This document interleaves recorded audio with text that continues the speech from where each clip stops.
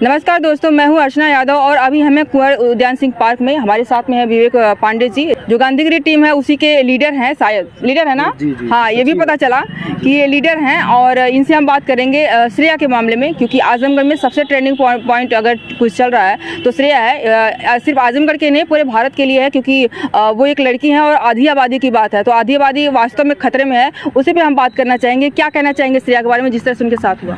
देखिए, हमारे आजमगढ़ की बिटिया जिसका नाम श्रेया था, श्रेया तिवारी, 5 दिनों पहले वो चिल्ड्रन स्कूल जो कि यहाँ का प्रतिष्ठित स्कूल रहा है, उस स्कूल में छत से गिर करके वो उसकी मृत्यु हो गई। वो आज हम सभी के बीच में नहीं है।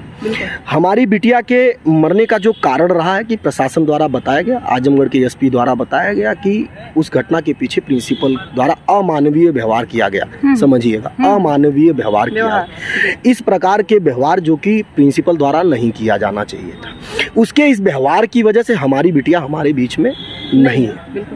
और आज एक माँ ने अपनी बिटिया खो दिया है और आज एक बाप ने अपनी बिटिया खो दिया है।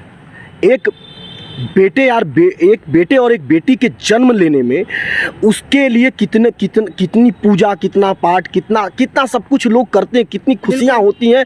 और 17 साल तक उस बच्ची को पाला माँ बाप, उस बच्ची को लेकर के कितने सपने गूथे माँ बाप। बिल्कुल, उन सपनों को लेकर के अपनी बिटिया को एक बड़े स्कूल, प्रतिष्ठित स्कूल में दाखिला दिलाया गया, जिससे कि उस बिटिया के सपने पूरे हो सके। हमारी बिटिया आगे चल के जिस प्रकार से सरकारें काम कर रही, सरकारों के साथ साथ आजकल यकीन करिए कि हर अभिभावक अपनी बेटी को लेकर सपना बड़ा देख रहा है। बिल्कुल, बेटियों की सुरक्षा को लेकर के भी बहुत सारी चीजें हो रही हैं, लेकिन वहीं एक सवाल उठता है कि एक बेटी द्वारा ही एक बेटी को कैसे प्रताड़ित किया गया। प्रिंसिपल सबसे बड़ा यही है कि एक औरत होकर के कैसे प्रिंसिपल महोदय जो कि वो भी महिला थी, बिल्कुल, वो भी किसी की बेटी है, वो भी किसी की बेटी है, उनको भी किसी माँ ने जन्म दिया होगा, लेकिन उनके अंदर ऐसी कौन सी भावना आई कि उन्होंने उस बच्चे को इतना प्रताड़ित कर दिया। आपको क्या लगता है, क्या भावना है? पावर था या फिर? देखिए, इसमें जो सामाजिक दृष्टिकोण से देखने की बात है कि प्रिंसिपल महोदय का जो उस समय की जो मानसिकता रही होगी, जो उनके बारे में समाज से सुनने को मिल रहा है कि वो क्रूर रही हैं, बहुत ज्यादा। वो अभी आप ये तो किसी से छुपा नहीं है, क्रूरता के पीछे तो कोई वजह होती है, या तो पावर हो या तो उनका एक बयान था, आपने देखा होगा कि उन्होंने कहा कि अगर जॉब करना गलती है तो गलती हम स्वीकार करते हैं। निश्चित तौर पर इसी बात से आप समझ सकती हैं कि किस प्रकार की वो महिला है कि किसी के घर की बेटी को प्रताड़ित इतना कर दिया कि वो बेटी ने जान दे दिया। उसके बाद वो ये बात मानने को तैयार ही नहीं है कि गलती उसकी है। बिल्कुल, ये महिला कहा जाता है ना कि धरती में माँ देवी पूजनीय है, बिल्कुल, जिसकी पूजा लोग करते हैं। घर घर में पूजा होती है, घर में बेटियों की भी पूजा होती है, घर में माँ की भी पूजा होती है। तो देवी का स्थान पहले रखा जाता है, पहले सीता कहा जाता है, फिर राम कहा जाता है। पुरुष का स्थान बाद में आता है, पहले औरत। तो वहीं इस महिला ने जिस प्रकार का ये काम किया है, निश्चित तौर पर गलत किया है, जिसकी वजह से आज बेटी हमारे बीच में नहीं। अभी हम आ रहे थे यहीं पर, तो एक लोग थे होर्डिंग लेकर जा रहे थे कि श्रेया की मौत का जिम्मेदार कौन है। मैंने उनसे बात की तो उन्होंने कहा कि मैं किसी एक से नहीं पूछ रहा हूँ, मैं 140 करोड़ जनता से पूछ रहा हूँ। आप क्या कहना चाहेंगे? श्रेया के मौत का जिम्मेदार उसकी गरीबी है। आप इस दृष्टिकोण को भी समझने की कोशिश करिए। कैसे? कि अगर आप समझिए कि अगर एक किसी माफिया, किसी बड़े परिवार, किसी दबंग परिवार, किसी ऐसे परिवार की अगर वो बेटी होती तो नहीं मारी जाती। प्रिंसिपल महोदय उसको इतना प्रताड़ित करने की हिम्मत ही नहीं कर पाती। आप समझिए मेरी बात। अच्छा, आप कहना चाहते हैं एक बस वाले जो घटना है उसको स्वीकार करते हैं? आप सुनिए, जैसे कि उस बच्ची को 2 महीने की फीस अगर उस बाप ने जमा नहीं कर पाया तो उस बच्ची को बस से जाने नहीं दिया गया। ये मेरा सवाल है कि क्या ये कौन सा शासन है, कौन सी सत्ता है, क्या व्यवस्था है? उस व्यवस्था पर मेरा सवाल है कि जो शिक्षा व्यवस्था है उसमें इस प्रकार की चीजें क्यों हैं कि अगर एक बाप के पास अगर पैसे नहीं हो पाते, तत्काल नहीं हो पाते, अगर एक बाप ने एडमिशन कराया है तो जाहिर सी बात की फीस देगा। समस्याएं आती हैं। अगर उसने जमा नहीं कर पाया तो क्या उसे गाड़ी से उतार देना चाहिए, ये नहीं करना चाहिए। उनके माँ का बयान है, उसके आधार पर मैं कह रहा हूँ। हाँ, तो आप समझिए ये बात कि अगर आज वो माफिया परिवार की या किसी बड़े ऐसे परिवार की होती और उसके पास मोबाइल नहीं, मैडम आपको मैं बता देना चाहता हूँ, अगर उसके पास हथियार भी रहता, हथियार, तो भी वो जेल, तो भी वो कहीं भी किसी भी प्रकार से प्रताड़ित नहीं की जाती। अच्छा, एक सवाल यहाँ पे भी और बनता है कि जो प्राइवेट स्कूल हैं वो अपने अनुसार मनमाना घर जाना करते हैं, क्या सरकार की भी इसमें जिम्मेदारी बनती है, कोई एक नियम कानून लागू करें इस स्कूलों पे? देखिए सरकार को इसमें दो पॉइंट है। सरकार ने प्राइवेट प्राइमरी के तमाम स्कूल बना रखे हैं, आपने देखा हो। प्राइमरी स्कूल की व्यवस्थाओं को सही करने की प्रथम दृष्टि जो जरूरत है वो हमारे और आपसे है। बिल्कुल, हम और आप इसके जिम्मेदार हैं। अगर आज प्राइवेट स्कूल बढ़ता जा रहा है, खुलता जा रहा है, उसके विकास होते जा रहा है, तो उसके पीछे हम और आप हैं। हम प्राइमरी स्कूल में कभी नहीं देखने जाएंगे कि उसकी व्यवस्था कैसी चल रही है। हम प्राइमरी स्कूल में कभी नहीं आवाज़ उठाएंगे कि उसकी व्यवस्था अच्छी हो। आज आप तमाम ऐसे बड़े राज्य हैं, आप देखें वहाँ जाकर के कि वहाँ प्राइमरी स्कूल में दाखिला के लिए लाइन लगी रहती है। मंत्री और विधायक और सांसदों की पैर भी लगती है बच्चों के एडमिशन के लिए। लेकिन यहाँ ये जो माफिया तंत्र, दिल्ली की बात कर रहे हैं, ये तमाम और ज़िले भी और राज्य भी हैं, और कुछ ज़िले आज यहाँ भी हैं। आप यूपी में भी कुछ ऐसे ज़िले हैं जिनके स्कूलों में इंग्लिश मीडियम से बेहतरीन पढ़ाइयाँ होती हैं। पढ़ाई तो अभी प्राइमरी स्कूल में तो इंग्लिश मीडियम तो अब बच्चों को अगर आप पढ़ाना चाहते हैं, अगर आप शिक्षा दीक्षा देना चाहते हैं, तो आप प्राइमरी स्कूलों में भी जा सकते हैं, आप वहाँ भी एडमिशन करा सकते हैं। जरूरी नहीं है कि आपको किसी बड़े स्कूल में ही दाखिला दिलवाने की ज़रूरत है। दूसरी बात है, बड़े स्कूलों पर आते हैं। बड़े स्कूल क्यों मनमानी करते हैं? बड़े स्कूल इसलिए मनमानी करते हैं कि उनको पता है कि ये हमारे स्कूल में एडमिशन कराएंगे।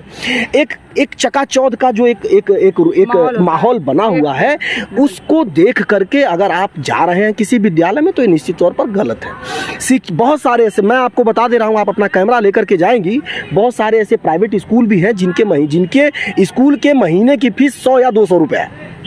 आप यकीन करिए कि उनके 100-200 रुपये महीने के फीस में भी बहुत सारी अच्छी पढ़ाइयाँ होती हैं।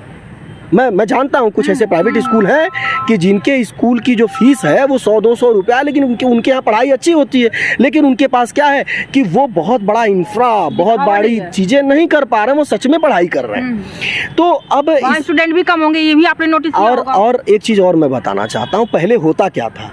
पहले स्कूल में जाने के बाद बच्चों की जो शिक्षा दीक्षा होती थी, गुरु होते थे, वो डांटते मारते इसलिए मारते थे कि बच्चे ने होमवर्क किया है कि नहीं किया है, बच्चे ने पढ़ाई की है कि नहीं की है, बच्चे ने ये याद किया है कि नहीं याद किया है। लेकिन अब क्या होता है, अब बच्चों को इसलिए मारा जाता है कि इसकी फीस जमा है कि नहीं है, इस बच्चे को क्लास से बाहर कर दो। अब बच्चे को इसलिए मारा जाता है कि इसका जूता पॉलिश नहीं है, इसका क्लिच टाइट नहीं है। आप यकीन करिए, आज आप किसी बच्चे से जाइए बात करिए तो उसको पढ़ाई के लिए कम डांटा जाता है। पहली जो मार पड़ती है, फीस जमा है कि नहीं निकाल देंगे। पहले के समय में ये नहीं चीजें होती थी, और इस व्यवस्था को सही करने की जरूरत है। ये इसके जिम्मेदार हम जैसे और आप जैसे अभिभावक कहना चाहे भावक या अभिभावक जो होते हैं वो इसके जिम्मेदार हैं कि चकाचौंध न देखें, शिक्षा देखें। बिल्कुल जिम्मेदार है। इस बात पर भी समझने की जरूरत है कि आज अगर श्रेया के साथ इतना बड़ा सब कुछ हुआ, तो क्या गार्जियन की जिम्मेदारी नहीं बनती थी सवाल उठाने की? क्या इसका सिर्फ ठेका हम लोगों ने ठेका ले रखा है? गार्जियन की बात आप कर रहे हैं तो बहुत सारी लड़कियां जो है कि आई हुई थी उस दिन कैंडल मार्च जब निकला था, तो मैंने उनसे इंटरव्यू किया हुआ था। तो वहाँ से कुछ चीज़ें ऐसी सुनने को मिल रही हैं कि वो लोग बोल रहे हैं, प्रेशर डाल रहे हैं कि आप वीडियो डिलीट कर दिए। कुछ सच मैंने है जो इसमें ऐसा भी बोला जा रहा है कि मतलब धमकी टाइप कुछ दिया जाए। इस पे क्या कहना चाहेंगे उन अभिभावकों को जो इस तरह का कदम उठा रहे हैं? देखिए, पहली चीज़ एक है कि कोई भी वीडियो डिलीट कराने का जो ये शब्द है, ये गलत है, नहीं ऐसा होना चाहिए। दूसरी बात कि अगर आप कोई बात बोल रहे हैं, तो बीच में एक ऑडियो वायरल हुआ था, जिस ऑडियो को लेकर के हमने जिलाधिकारी महोदय से भी कहा था कि इस ऑडियो की जाँच होनी चाहिए। हमने तमाम वीडियोज़ वगैरह पत्रकारों की बातचीत में भी कहा इस ऑडियो की जाँच होनी चाहिए थी। समझिए, तथ्यों को उलझाने की भी कोशिश उस वीडियो के माध्यम से की गई थी, लेकिन वो तथ्य उलझे नहीं। सारी चीजें अभी तक साफ रही हैं, अभी बहुत सारी जांचें हो रही हैं। वो ऑडियो भी सही है कि गलत है, वो एसपी साहब के हाथ में वो जांच होकर सामने आ जाएगा। तो अगर किसी बच्चे द्वारा कोई बात अगर ऐसी कही गई, तो उसको लेकर के बहुत ध्यान नहीं देने की जरूरत थी। एक डर लड़कियों का ये भी है कि अगर मतलब कि उनका वैसे तो फेस ब्लर है, लेकिन अगर मान लिया उनको कोर्ट भी बुलाया जा सकता है क्या, कि आप आकर के दीजिए और देखिए आप देखिए, आपके जो इस तरीके के सवाल हैं, इस तरीके के सवाल पर सिर्फ इतना कहना चाहूँगा कि आज एक बिटिया चली जा चुकी है और उस बिटिया के जाने पर जो एक उसके प्रति जो तकलीफ़ है, वो तकलीफ़ आजमगढ़ की जनता भरपूर महसूस कर रही है। सभी लोग दुखी हैं। तो इन सब बातों का कोई तथ्यात्मक बात ये नहीं है, ये तथ्य से परे बातें हैं। हर व्यक्ति, हर उसके साथ पढ़ने वाली बिटिया या बहनें जो रही होंगी, उनके भाव रहे होंगे, उनके इमोशन रहे होंगे। उस इमोशन में आकर के अगर वो कोई बात कहती हैं तो जाहिर सी बात उसका कोई मतलब नहीं है। तो समझिए ये चीज़ कि अगर श्रेया ये चीज़ें आप कह रहे हैं कि अभिभावक को भी समझनी चाहिए, हो सकता है कि वो भाव में आकर कह दी हो, इसलिए डिलीट करवाना चाह रहे हो हमसे। देखिए, अगर श्रेया के इंसाफ की लड़ाई के लिए श्रेया की आवाज़ अगर आप बन रहे हैं, अगर इस बात पर कोई ये कहता है कि आप उसे वीडियो डिलीट कर दे, तो ये आपका पर्सनल अपना मामला है। मुझ जैसा सामाजिक कार्यकर्ता अगर मुझसे आप पूछेंगे तो क्योंकि उसमें आपका भी नाम आया हुआ है, क्योंकि उसमें आपका नाम आया हुआ कि आपके थ्रू मैं आई हुई थी। देखिए, आप पत्रकार हैं, आपका काम है आना, आपका काम है चीज़ों को दिखाना। मेरा काम है समाज में हो रही जो भी गतिविधियां उनको लोगों के सामने बताना। मैं एक सामाजिक कार्यकर्ता की हैसियत से इस मुद्दे पर बोल रहा हूं। मेरा कोई इस मामले से कोई लेना देना नहीं। सामाजिक कार्यकर्ता होने की हैसियत से मैंने बात कही। ये बात तो जो है कि मेरे साथ भी है कि आप बोलने वाले हैं, मैं उसको दिखाने वाली लोगों को, तो मेरे को धमकी क्यों मिल रही है शूट करने की? अब अगर आपको जो धमकी मिली है, जो आपने दिखाया, मैंने देखा है, तो उसको आपको एसपी साहब के पास ले जाया जाना चाहिए। आप उसको ले जाइए और एसपी साहब को दीजिए कि इस तरीके की बातें हैं, ये बातें सर हो रही हैं और जिसमें मुझे धमकी मिल रही है। निश्चित तौर पर अगर आपको धमकी मिल रही है तो आपको प्रशासन का सहारा लेना चाहिए। आप चाहिए प्रशासन के पास, प्रशासन आपका सहयोग करेगा, ये मुझे विश्वास है इस मामले में। बहुत सारी लड़कियों के साथ इस तरह से घटनाएं होती हैं, उनको अगर सुधार करना हो इसमें तो आप क्या सलाह देना? देखिए, जैसे आत्महत्या कर लेना या आत्महत्या के लिए जो मजबूर किया गया, उस बेटी को इतना मजबूर कर दिया गया कि वो अपने आप के लिए कदम उठा ली कि उसे अब इस दुनिया में रहना नहीं है। देखिए, एक चीज़ और होना चाहिए कि आदमी के ऊपर विपत्ति के कितने भी पहाड़ टूटे, अपने आप को ख़त्म कर देना ही अंतिम चारा नहीं होता है। लड़ना चाहिए और अंतिम सांस तक लड़ना चाहिए। ये मैं मानता हूँ कि हो सकता है कुछ ऐसी चीज़ें उसके साथ हुई हो, बिटिया के साथ, कि उसने ये मान लिया हो कि इसके बाद मेरा जीवन नहीं है, मैं अब जी नहीं सकती, तो उसने ये कदम उठा लिया हो। लेकिन मेरा सामाजिक दृष्टिकोण से बात सभी अपनी बेटियों से कहना, अपनी बहनों से कहना है, और आत्महत्या जैसी केसें बहुत हो रही हैं, उस पर भी ये कहना है कि आपको अगर जीवन में जब आप शून्य हो, आपको लगे कि इसके बाद का जीवन मेरा कुछ नहीं है, तो यकीन करिए वहीं से आपके जीवन की एक नई शुरुआत है, नई पारी है। हम लोगों के जीवन में हमने बहुत सारी ऐसी समस्याएं हम लोगों ने फेस करा है कि जब हमें लगता है हमारा कुछ बचा ही नहीं, फिर से हमने एक जीवन की नई पारी शुरू करी, और हर व्यक्ति को ये करना चाहिए। हर चीज़ का निराकरण ये नहीं होता है कि आप अपने आप को ख़त्म कर लें, आप आत्महत्या कर लें।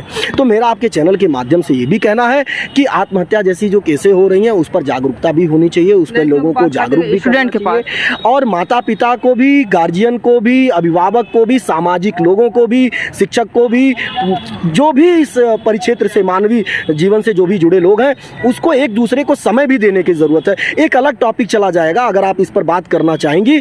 कहीं ना कहीं इन सब सारी चीज़ों के बीच में एक तंत्र नया जो चालू हुआ है, मोबाइल का तंत्र, वह इसमें है, आप इसको काट नहीं पाएंगी, जिसकी वजह से इमोशनलेस हो रहा है व्यक्ति, जिसकी वजह से बहुत सारे लोग इमोशनलेस हो रहे हैं। तो वो सभी कारण है। इस पे अगर आप बाद में बात करेंगे तो मैं आपको बताऊंगा कि बहुत सारी समस्याओं का जड़ आज की डेट में मोबाइल है। चलिए, बहुत बहुत धन्यवाद। लास्ट बात आई मोबाइल पर, तो ये रही हमारी आज की वीडियो। आपको इस पर क्या कहना, आप लोग कमेंट करके जरूर बताइएगा। वीडियो अच्छी लगे तो लाइक करिएगा, शेयर करिएगा। अगर आप मेरे चैनल पर नए हैं तो सब्सक्राइब करिएगा। वीडियो देखने के लिए बहुत शुक्रिया।